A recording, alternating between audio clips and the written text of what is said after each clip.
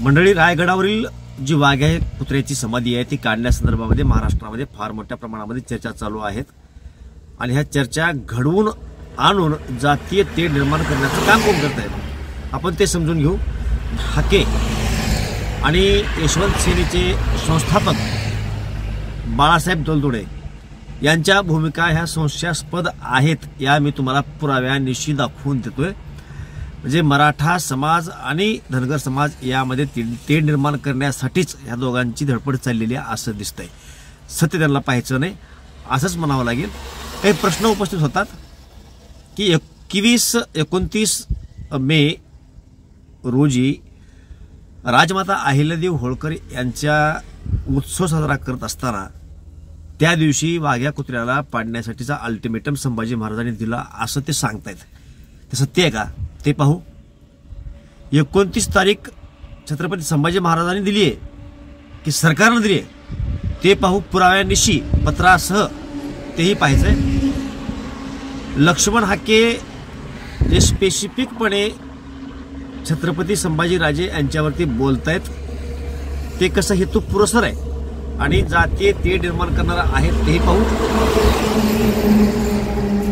बाळासाहेब दौलतोडे यांनीही संभाजीराजे यांच्यावरती जातीय दंगली उसळवण्याचा प्रयत्न ते करतायत असा आरोप केलाय।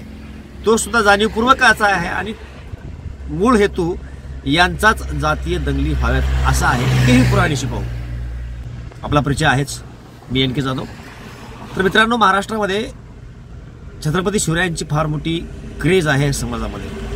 सर्व जाती धर्माचे लोक छत्रपती शिवरायांना मानतात। रायगडावरती छत्रपती शिवरायांची समाधी आहे, त्याच्या समोर वाघ्या कुत्र्याची समाधी आहे। आता असं चर्चा चालू आहे की 26ला जीर्णोद्धार झाला छत्रपती शिवरायांच्या समाधीचा, त्यावेळेला वाघ्या कुत्र्याची समाधी त्या ठिकाणी नव्हती, पण ती केव्हा उभारली तर 1936ला उभारली असे पुरावे सांगतायत। पण यावर वादक सुरू झालं की ते आधी होतं नव्हतं हे तेव्हा वगैरे वगैरे। पण इतिहासावरती चर्चा करत असताना ऐतिहासिक मूल्य किंवा ऐतिहासिक पुरावे याचा संदर्भ घेऊन बोलावं लागतं। याची माहिती किंवा ह्याचं ज्ञान लक्ष्मण हाके यांना नाही। ते कुठलाही मुद्दा राजकीय अंगानंच आणि जमल तिथं राजकारण करण्याचा ते प्रयत्न करतात। तर बघा, प्रथम पहिल्या स्तराला आपण हे पाहू की महाराष्ट्र सरकारने एक पत्र काढलेलं आहे। ते पत्र मी तुम्हाला वाचून दाखवतोय, स्क्रीनवर तुम्हाला पत्र दिसेल, ते पूर्ण वाचतो, तुमच्या लक्षामध्ये बसेल की 29 तारखेचा घोळ कोण घातलाय आणि मग त्यामागं काही राजकारण होतं का। 29 मे ही तारीख महाराष्ट्र शासनानं दिली आहे। सांगितलं आहे की 29 मेच्या आत, शेवट 29 मेचा आहे, जे गड किल्ल्यावरचे अतिक्रमण आहेत ते अतिक्रमण काढा अशा पद्धतीचं पत्र खुद्द महाराष्ट्र सरकारनं दिलंय। आणि संभाजीराजे हे रायगड प्राधिकरणाचे अध्यक्ष असल्या कारणानं त्यांनी त्यावरती जे काय अतिक्रमण आहे ते काढण्यासंदर्भामध्ये महाराष्ट्र सरकारला पत्र लिहिलंय। म्हणजे महाराष्ट्र सरकारनं ज्या सूचना केल्या त्या सूचनांचं पालन छत्रपती संभाजीराजे यांनी केलंय। आता हे जर गणित माझ्यासारख्या माणसाला सापडत असेल तर हे लक्ष्मण हाके यांना सापडत असेल का गणित, हे दौलतोडे यांना हे गणित सापडत नसेल का। परंतु हेतुपूर्वक ते महाराष्ट्र सरकारनं काढलेलं पत्र जे संभाजीराजांच्या आधी काढलेलं आहे ते बाजूला ठेवून त्याचा कुठेही उल्लेख न करता फक्त छत्रपती संभाजीराजे यांच्या पत्राचा उल्लेख करत असतील तर त्यांना छत्रपती संभाजीराजे यांच्या समोर धनगर समाज उभा करायचा आहे आणि मग पर्यायानं धनगर समाज वर्सेस मराठा समाज हा वाद अजून कसा वाढेल हा प्रयत्न करायचा आहे। आता हा प्रयत्न त्यांना का करायचा ह्याचा अभ्यास सुज्ञ व्यक्ती करतील। महाराष्ट्रातली जनता त्याचा बारकाईने अभ्यास केल्यानं लक्षामध्ये त्यांच्या येईल की लक्ष्मण हाके यांचा यामागला हेतू काय। प्रथम ते पत्र वाचू। तर पहा, वल्लावजला गड किल्ल्यातील अतिक्रमणे दूर करण्यासाठी तसेच पुन्हा अतिक्रमणे होऊ नयेत याकरिता जिल्हाधिकारी यांच्या अध्यक्षतेखाली जिल्हास्तरीय समिती गठीत करण्याबाबत असे एक पत्र आहे। पत्र आहे 20 जानेवारी 2025चं। पर्यटन व सांस्कृतिक कार्य विभाग महाराष्ट्र शासन यांच्या वतीने काढलेलं। आता प्रस्तावना तुम्ही व्हिडिओला थांबवून थोडं वाचून घ्या, आपण त्याला लांब होत बसत नाही। याच्यामध्ये प्रस्तावनेमध्ये थोडंसं काय सांगितलं की माननीय मुख्यमंत्री महोदय यांच्या सूचनेनुसार हे पत्र काढलेलं आहे. म्हणजे मुख्यमंत्र्यांना सांगितलं अशा पद्धतीचे पत्र काढा, गड किल्ल्याचं वगैरे ते. आणि मग त्याच्यामध्ये शासन निर्णयामध्ये सांगितलं की जिल्ह्यातील केंद्र व राज्य संरक्षित किल्ले आणि असंरक्षित गड किल्ले या ठिकाणची अतिक्रमणे दूर करण्यासाठी तसेच अतिक्रमणे पुन्हा होऊ नयेत यासाठी संबंधित जिल्हाधिकारी यांच्या अध्यक्षतेखाली खालीलप्रमाणे समिती गठीत करण्यात येत आहे. आता त्या समितीमध्ये जिल्हाधिकारी, अध्यक्ष, ते बाकी सगळे लोक आहेत. तुम्ही व्हिडिओ थांबवा आणि ते पूर्ण वाचून घ्या. समितीची कार्यकक्षा पुढीलप्रमाणे राहील. 31 जानेवारी 2025 पर्यंत सदर समितीने आढावा घेऊन कोणकोणत्या गडकिल्ल्यावर अतिक्रमणे आहेत याची जिल्हानिहाय यादी तयार करावी. सदर यादी तातडीने शासनास सादर करावी. म्हणजे काय सांगितलेलं आहे, निरीक्षण करा आणि तशी यादी सरकारला द्या. 1 फेब्रुवारी 2025 ते 31 मे 2025 पर्यंत कालबद्ध पद्धतीने अतिक्रमणे हटविण्याचे काम करावे. वेळोवेळी केलेल्या कामांचा अहवाल शासनात सादर करावा. सर्व अतिक्रमणे हटविल्यानंतर पुनश्च त्या ठिकाणी अतिक्रमणे होणार नाहीत याची दक्षता समितीने घ्यावी. सदर समितीची बैठक दरमहा आयोजित करण्यात यावी. सदर समितीचा मासिक अहवाल शासनाला सादर करण्यात यावा. मग शासनानं अशा पद्धतीचं पत्र काढलंय. त्याप्रमाणे जर संभाजीराजे यांनी त्या रायगड किल्ल्याच्या प्राधिकरणाच्या अध्यक्ष या नात्यानं शासनाला पत्र लिहिलं असेल तर ते चुकीचं कसं? आता आपण हे महाराष्ट्र सरकारनं पत्र लिहिलं पण ते वाचलं. आता संभाजीराजे यांनी जे पत्र लिहिलंय आपण ते पत्र हे वाचू, म्हणजे तुमच्या लक्षामध्ये बसेल. संभाजीराजेंनी जी पत्रामध्ये उल्लेख केला आहे तो असा की हिंदवी स्वराज्याची राजधानी दुर्गराज रायगड येथे श्री छत्रपती शिवाजी महाराजांच्या समाधी लगत कथित वाघ्या कुत्र्याची समाधी म्हणून एक संरचना काही दशकापूर्वी उभारण्यात आलेली आहे. सदर वाघ्या कुत्रा नामक पात्राची शिवकालीन इतिहासात कोणत्याही प्रकारचा उल्लेख अथवा संदर्भ मिळत नाही. म्हणजेच ते अतिक्रमण आहे असा त्याचा अर्थ होतो. भारतीय पुरातत्व विभागाने देखील सदर समाधी संरचना व वाघ्या कुत्र्याचे ऐतिहासिक महत्त्व याबाबत त्यांच्याकडे कोणतीही ऐतिहासिक माहिती व पुरावे उपलब्ध नसल्याची स्पष्टोक्ती दिलेली आहे. समस्त भारतवासियांचे श्रद्धास्थान असणाऱ्या श्री छत्रपती शिवाजी महाराजांच्या समाधी लगत एका कपोलकल्पित कुत्र्याची समाधी व पुतळा उभारणे हे महाराष्ट्राचे दुर्दैव, सध्याची कुचेष्टा व महान युग प्रवर्तक श्री छत्रपती शिवाजी महाराजांची घोर प्रतारणा आहे. कोणतीही ऐतिहासिक पार्श्वभूमी व महत्त्व नसलेली सदरील वाघ्या कुत्र्याची समाधी नामक ही जी काय संरचना आहे हे दुर्गराज रायगडावरील अतिक्रमण असून राज्य शासनाच्या धोरणानुसार, मी परत एक वेळेस वाचतो, राज्य शासनाच्या धोरणानुसार दिनांक 31 मे 2025 अखेरीपर्यंत सदरील अतिक्रमण श्री छत्रपती शिवाजी महाराजांच्या समाधीस्थळावरून व दुर्गराज रायगडवरून कायमस्वरूपी हटविण्यात यावे याकरता मुख्यमंत्री महोदयांकडे पत्र लिहून मागणी केली.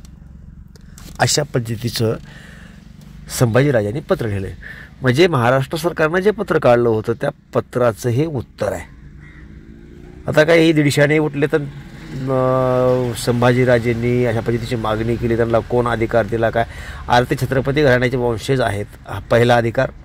दुसरा अधिकार महत्त्वाचा अधिकृत अधिकार की ते रायगड प्राधिकरणाचे अध्यक्ष आहेत आणि तुम्ही रस्त्यानं हिंडणारे, तुम्हाला अधिकार आहेत ते अडवा, हे करा ते करा बोलण्याचे, त्याला अधिकार नाहीत. असं होऊ शकतं का याचा सुद्धा विचार होणं गरजेचं आहे. तर आपण हे दोन्ही पत्र वाचली. आता लक्ष्मण हाके काय म्हणतात बघा. लक्ष्मण हाके यांनी या पत्रासंदर्भामध्ये जो काय उल्लेख केलेला आहे किंवा जे मत मांडलेलं आहे ते पण आहे का. संभाजीराजेंनी हा जो प्रश्न उपस्थित केला आहे आणि अल्टिमेटम दिला 31 तारखेचा. 31 तारखेला मातोश्री अहिल्यादेवी होळकरांची 300वी जयंती साजरी होती. या महाराष्ट्रामधलं वातावरण 31 तारखेचा अल्टिमेटम देऊन त्या संभाजी म्हणजे अल्टिमेटम आणि जयंतीचा दिवस तो त्याला आक्षेप आहे तुमचा? प्रश्नच नाही. अल्टिमेटम 31 तारीख का निवडली? संभाजी भोसलेने ही 31 तारीख का निवडली? त्याला दुसरी तारीख कुठली दिसली नाही.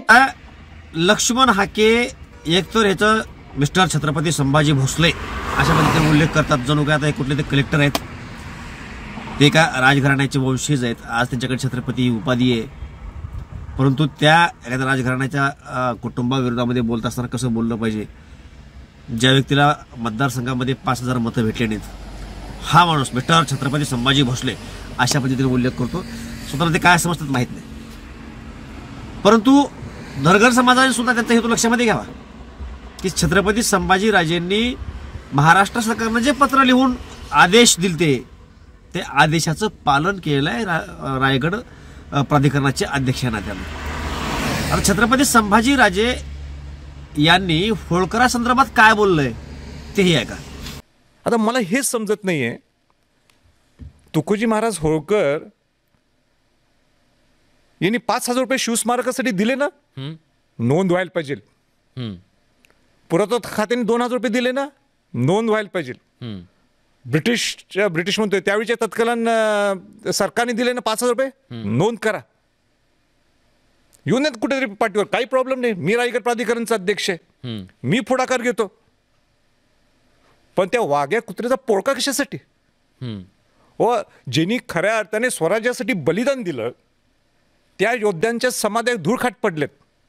आणि कशावर आपला वाद चालू आहे, कशावर चर्चा चालू आहे? मग आपण ऐकलंय संभाजीराजेंचं मत. संभाजीराजे म्हणतायत की या ठिकाणी रामराजे तुकोजीराजे होळकर यांनी जी काही 5,000ची निधी दिली त्याचा कुठं पुरावा आहे का? नाही. तो असायला पाहिजे. त्या काळामध्ये पुरातत्व खात्याने काही देणगी दिली 5,000ची, त्याचा पुरावा आहे का? नाही. पण तो असायला पाहिजे. त्यावेळेच्या सरकारनं जे काही मदत केली 2,000ची त्याचा पुरावा असायला पाहिजे. तर पुरावा काय आहे का? नाही. मग मी तर असं म्हणतोय की इथे एक पाटी लावून टाका आणि त्यावरती लिहा तुकोजीराजे यांनी 5,000ची शिवस्मारकासाठी देणगी दिली. आता मला सांगा, रायगडावरती फिरायला गेल्याच्या नंतर आज तिथं तुकोजीराजांचं कुठेही नाव नाही, पण तशी जर पाटी लागणार असेल आणि तुकोजीराजे होळकर यांच्या नावानं शिवस्मारकाला निधी दिला असा उल्लेख तिथं जर निर्माण होणार असेल आणि तुझी हरकत संभाजीराजांना काहीच नाही, उलट ते म्हणतायत की मी त्यासाठी पुढाकार घेतो, तरीही ह्या दोघांना ते नको आहे.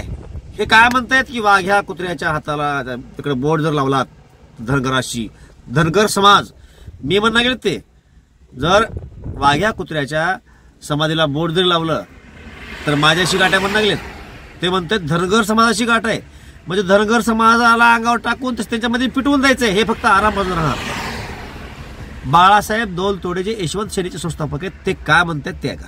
रायगडाची मक्तेदारी फक्त संभाजी महाराज तुमची नाही, रायगडाची मक्तेदारी, रायगडावरचा देवत्व, हा देव हा महाराष्ट्राचा नाही, संपूर्ण अखंड भारताचं आमचं दैवत छत्रपती शिवाजी महाराज आहेत, संपूर्ण देशाचं दैवत आहे. त्याच्यामुळे तुमची एकट्याची मक्तेदारी नाही. तिथं काय करायचंय, तिथं काय नाही करायचं हे तुम्ही ठरवू शकत नाहीत. आणि तुम्ही, मला असं वाटतं की 31 मे ही तारीख तुम्ही निवडलेली आहे. 31 मेची तारीख निवडताना म्हणजे किती शार्प पद्धतीनं तुम्ही काढली आहे. 300वी जयंती, पुण्यश्लोक, एक अद्वितीय व्यक्तिमत्व या देशामध्ये जे घडलं त्या पुण्यश्लोक राजमाता अहिल्यादेवींची 300वी जयंती 31 मेला आहे. 31 मेला या देशाचे पंतप्रधान या राज्यात येतील, अहिल्यादेवीच्या चरणी येतील. संपूर्ण देश 31 मेची जयंती साजरी करण्यात तल्लीन असेल आणि तुम्ही 31 मेच्या दिवशी या राज्यामध्ये दंगल घडवणार आहात का, हा आमचा प्रश्न तुमच्याकडे आहे. 31 मेची डेडलाईन देऊन तुम्ही धनगर समाज नव्हे, महाराष्ट्रामध्ये दंगल घडवण्याचं षडयंत्र हे छत्रपती संभाजी महाराजाचं आहे का, असा प्रश्न आता या महाराष्ट्रातील जनतेला पडलेला आहे. तुम्ही जर वाघ्या कुत्र्याच्या स्मारकाला, त्याच्या पुतळ्याला हात लावाल तर गाठ या राज्यातल्या धनगर समाजाची आहे. मग महाराष्ट्रातल्या सर्व सुज्ञ नागरिकाला माझी विनंती आहे की आपण विचार करून पहा की लक्ष्मण हाकेसारखा माणूस समाजाचा होणार आहे का? बाळासाहेब दोलतोडेसारखा माणूस समाजाचा होणार आहे का? धनगर समाजाचा टॉपिक कुठं आला? मुळात लक्षात घ्या, छत्रपती शिवराय मोठे की तो कुत्रा मोठा? ती कथा असेल नसेल काय असेल ते सरकार समिती नेमल, त्यातून निष्पन्न काहीतरी होईल. पण इतका जी वादंग माजवल्याचा प्रयत्न होतोय, इतकी चर्चा होतीये, ह्याच्या मागाला षडयंत्र काय? 29 तारीख ही महाराष्ट्र सरकारनं काढली, का काढली?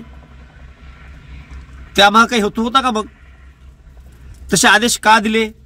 त्यामागे काही हेतू होता का? मग आणि मग जसे आदेश दिले त्या आदेशाप्रमाणे 29 तारीख संभाजीराजांना जर दिली असेल, त्याला पुढे ऑप्शन नव्हतं ना 29च्या पुढे, तर त्यामध्ये ते पत्र लिहून दिलं.